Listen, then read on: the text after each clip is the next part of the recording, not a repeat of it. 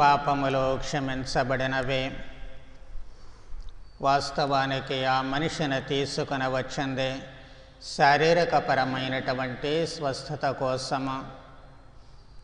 అక్కడ మాట్లాడేది మనిషే, యేసు అనేటువంటి ఒక మనిషే. కానీ ఆ మాటల్లో మనకు దైవత్వము కనిపిస్తూ ఉంటుంది. దేవుడు తప్ప మరెవ్వరూ పాపాలను క్షమించలేరు. కానీ ఇక్కడ ఒక మనిషి పాపాలను క్షమిస్తూ మాట్లాడుతూ ఉన్నారు. ఆ మాటల్లో ఉన్నటువంటి దైవత్వము, దైవ వాక్కు మనుషుల ద్వారా ఈ లోకములో బయల్పరచబడుతుంది అన్న సత్యాన్ని నిరూపిస్తూ ఉంది. దైవ వాక్ పరిపాలనను ఎవరైతే అనుసరిస్తూ ఉంటారో లేక అంగీకరిస్తూ ఉంటారో వారు పరిపూర్ణ స్వస్థత పొందుతారు అన్నటువంటి విషయము ఇక్కడ రుజువు చేయబడుతూ ఉంటుంది. దైవరాజ్యానికై జీవిత పునర్నిర్మాణము గావించేటువంటి నేపథ్యములో బహిరంగ శక్తులు, అంతర్గత శక్తులు, శారీరక శక్తుల నుంచి మనిషిని బలోపేతము చేసినటువంటి ప్రభువు ఇప్పుడు సాంఘికపరమైన, వ్యక్తిగతపరమైన, సామూహికంగా వచ్చేటువంటి లోటుపాట్ల నుంచి జీవితాన్ని సవరించడానికి పూనుకుంటూ ఉన్నారు. వీటి ద్వారా ఆధ్యాత్మికతలోనికి ప్రవేశిస్తూ ఉన్నారు. శారీరక స్వస్థతకు ఆధ్యాత్మికతకు ఉన్నటువంటి అవినాభావ సంబంధము ఇక్కడ బహిర్గతపరచబడుతూ ఉంటుంది. నిజానికి మాట్లాడుకున్నట్లయితే పక్షవాతము పాప ఫలితమా అనేటువంటి ప్రశ్న నాటి నుంచి నేటి వరకు ఉంటూనే ఉంది.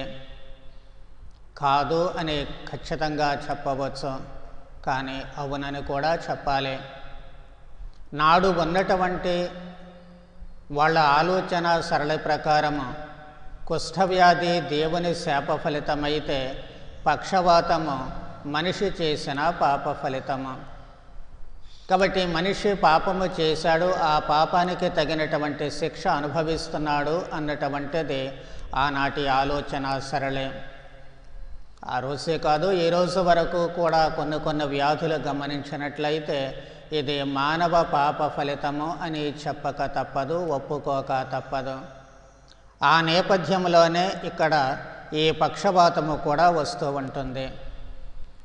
బహుశా ఈ పక్షవాతము మనిషి స్వీయ పాప ఫలితము కాకపోవచ్చు, కానీ పాపము అనేటువంటిది ఎవరు చేసినప్పటికీ అనేకసార్లు దాని ఫలితాన్ని అందరూ అనుభవించాల్సినటువంటి అవసరం ఏర్పడుతూ ఉంటుంది.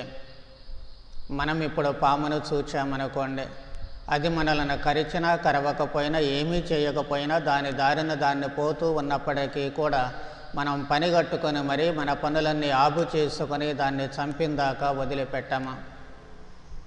ఎందుకు అంటే అది కరుస్తుందేమో అనే అనుమానము, కరవడానికి అవకాశాలు లేకపోయినా సరే కాటు వేసేటువంటి స్వభావము దానికుంది అన్న భావనతో, కాటు వేస్తే మరణిస్తామేమో అనే భయముతో అది కనిపిస్తే చాలు చంపివేస్తూ ఉంటాము. ఎందుకు అంటే పాము కరిస్తే మనిషి చనిపోతాడు కాబట్టి ఆ ఫలితాన్ని గుర్తించుకొని దాని ఉనికికే ప్రమాదాన్ని తెస్తూ ఉంటాము. అలాగే ఇక్కడ కూడాను చేసేటువంటి పాపము ఎవరి ద్వారానైనప్పటికీ కూడా ఆ ఫలితము అనేటువంటిది మనిషి ఎప్పటికైనా అనుభవించక తప్పదు. అదే ఈ రోజున మనకు కరోనా నిరూపించినటువంటిది. మనిషి చేసేటువంటి పాపము, తప్పు లేక పొరపాట్లని మనం అనుకున్నప్పటికీ కూడా కారణమైనటువంటి రకరకాల కాలుష్యాల ఫలితము ఈ రోజున అందరము కూడా అనుభవిస్తూ ఉన్నాము. ఈ నేపథ్యంలోనే మనిషి వ్యక్తిగతంగా, సాంఘికంగా చేసేటువంటి పొరపాట్లు లేక పాప ఫలితము ఇక్కడ ఈ పక్షవాతముగా మనిషికి సంక్రమిస్తుంది అని చెప్పి మనం అనుకోవచ్చు. వర్షంలో తడిచినప్పుడు జలుబు చేస్తూ ఉంటుంది, అది పాప ఫలితము కాదు. జ్వరం వస్తూ ఉంటుంది ఆ సమయంలో, అది పాప ఫలితము కాదు, వాతావరణ ఫలితమని చెప్పుకోవచ్చు. కానీ రకరకాలుగా మనం చేసేటువంటి లేక పక్షవాతాన్ని జాగ్రత్తగా గమనించినట్లయితే ఇది రక్త ప్రసరణలో ఉన్నటువంటి లోపాల వల్ల కలిగేటువంటిది. నాడీ వ్యవస్థ దెబ్బతింటూ ఉంటుంది, నరాల పనితీరు దెబ్బతింటూ ఉంటుంది. కొన్నిసార్లు మెదడులో రక్తము గడ్డ కట్టవచ్చు, లేక గుండెపోటు వస్తూ ఉండవచ్చు, లేకపోతే మామూలుగా బ్రెయిన్ స్ట్రోక్ అంటూ ఉంటారు, అదైనా కావచ్చు. ఇలాంటి కారణాల వల్ల ఈ పక్షవాతము అనేటువంటిది ఎక్కువగా సంక్రమిస్తూ ఉంటుంది. 100కి 100 పాళ్ళు కాకపోయినా ఎక్కువ శాతము వీటి వల్ల.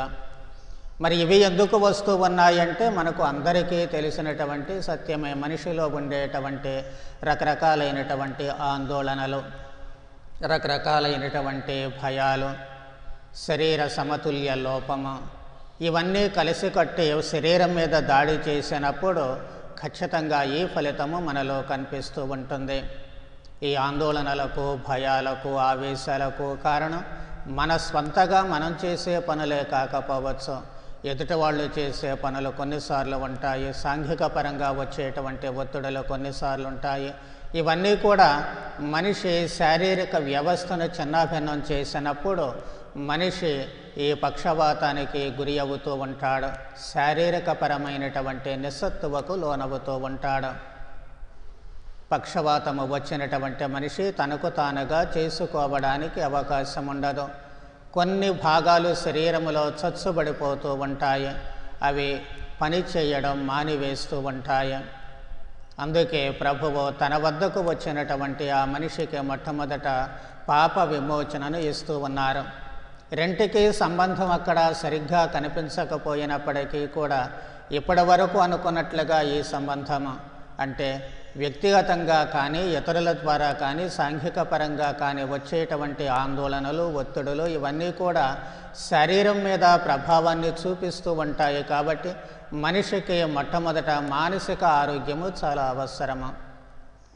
మనిషి మానసికంగా ఆరోగ్యవంతుడైతే ఖచ్చితంగా శారీరకంగా ఆరోగ్యవంతుడిగా ఉండడానికి అవకాశం కలుగుతుంది. అప్పుడున్నటువంటి ఆలోచన ప్రకారం అది పాప ఫలితము కాబట్టి ఆ పాపము తన నుంచి పోతే తప్ప ఆ మనిషి ఆరోగ్యవంతుడు కావడానికి అవకాశం లేదు. అందుకే ప్రభువు ఆయనను పాపము నుంచి విముక్తి చేస్తూ ఉన్నారు. ఈ కారణము చేతనే ప్రభువు పాప సంకీర్తనం అనే దివ్య సంస్కారాన్ని స్థాపిస్తూ ఉన్నారు. పాప సంకీర్తనములో అక్కడ మనకు కనిపించేటువంటిది ఒక మనిషి, ఒక గురువు. కానీ ఆ గురువు ద్వారా దైవ వాక్కు మనకు వస్తూ ఉంటుంది కాబట్టి ఆ దైవ వాక్కు మనలను పాపము నుంచి విముక్తి చేస్తూ ఉంటుంది. నేను పాప విముక్తుడను లేక పాప విముక్తురాలను అయ్యాను అనేటువంటి భావన మనకు మానసికమైనటువంటి ఆనందాన్నే కాకుండా మానసికమైనటువంటి బలాన్ని, మానసికమైన ఆరోగ్యాన్ని ఇస్తూ ఉంటుంది. తద్వారా ఇటు భౌతికంగా కూడా మనము ఆరోగ్యంగా ఉండడానికి అవకాశము కలుగుతూ ఉంటుంది. వాటి నుంచి బయటపడడానికి, శారీరకంగా మనము బలాన్ని పుంజుకోవడానికి అవకాశము కలుగుతుంది. వాళ్ళంతా కూడా దైవదూషణ అనుకునేటువంటి నేపథ్యంలో ప్రభు అంటున్నారు, నీవు లేచి నీ పడకను తీసుకుని వెళ్ళిపో అని. అప్పటి వరకు అందరి చేత మోయబడినటువంటి ఆ మనిషి తనను మోసినటువంటి ఆ పడకను తానే మోసుకొని వెళ్ళిపోతూ ఉన్నారు. ఆ మాటలో ఉన్నటువంటి శక్తి, దైవ వాక్కులో ఉన్నటువంటి శక్తి అక్కడ ప్రస్ఫుటమవుతూ ఉంటుంది, బయల్పడుతూ ఉంటుంది. తనలో పాప భీతి ఎప్పుడైతే తొలగిపోయిందో ఆయన శారీరకంగా కూడా బలవంతుడవుతూ ఉన్నాడు. అందుకే తన పడకను తానే మోసుకొని పోతూ ఉన్నాడు. ఇప్పుడు మనలో రావాల్సినటువంటిది కూడా అదే. మొదట మానసికమైనటువంటి బలము, మానసికమైనటువంటి ఆరోగ్యము, ఇది గనుక ఉన్నట్లయితే శారీరక బలము కూడా మనలో రావడానికి అవకాశం కలుగుతూ ఉంటుంది. అందుకు మూల కారణము దైవ వాక్కు.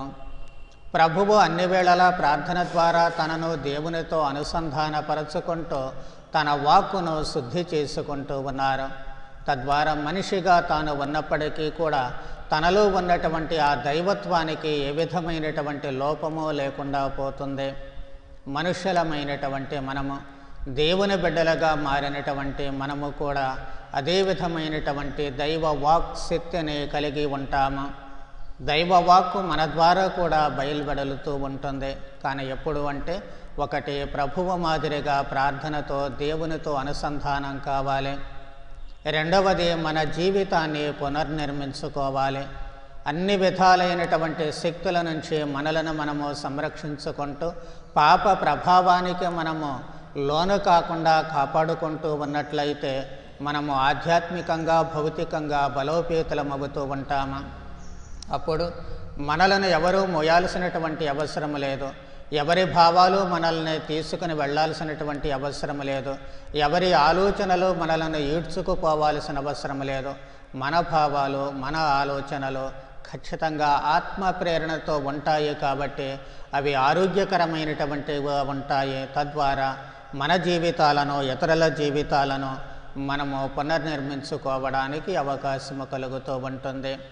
అందుకే ప్రశాంతత అనేటువంటిది చాలా అవసరం అవుతూ ఉంటుంది.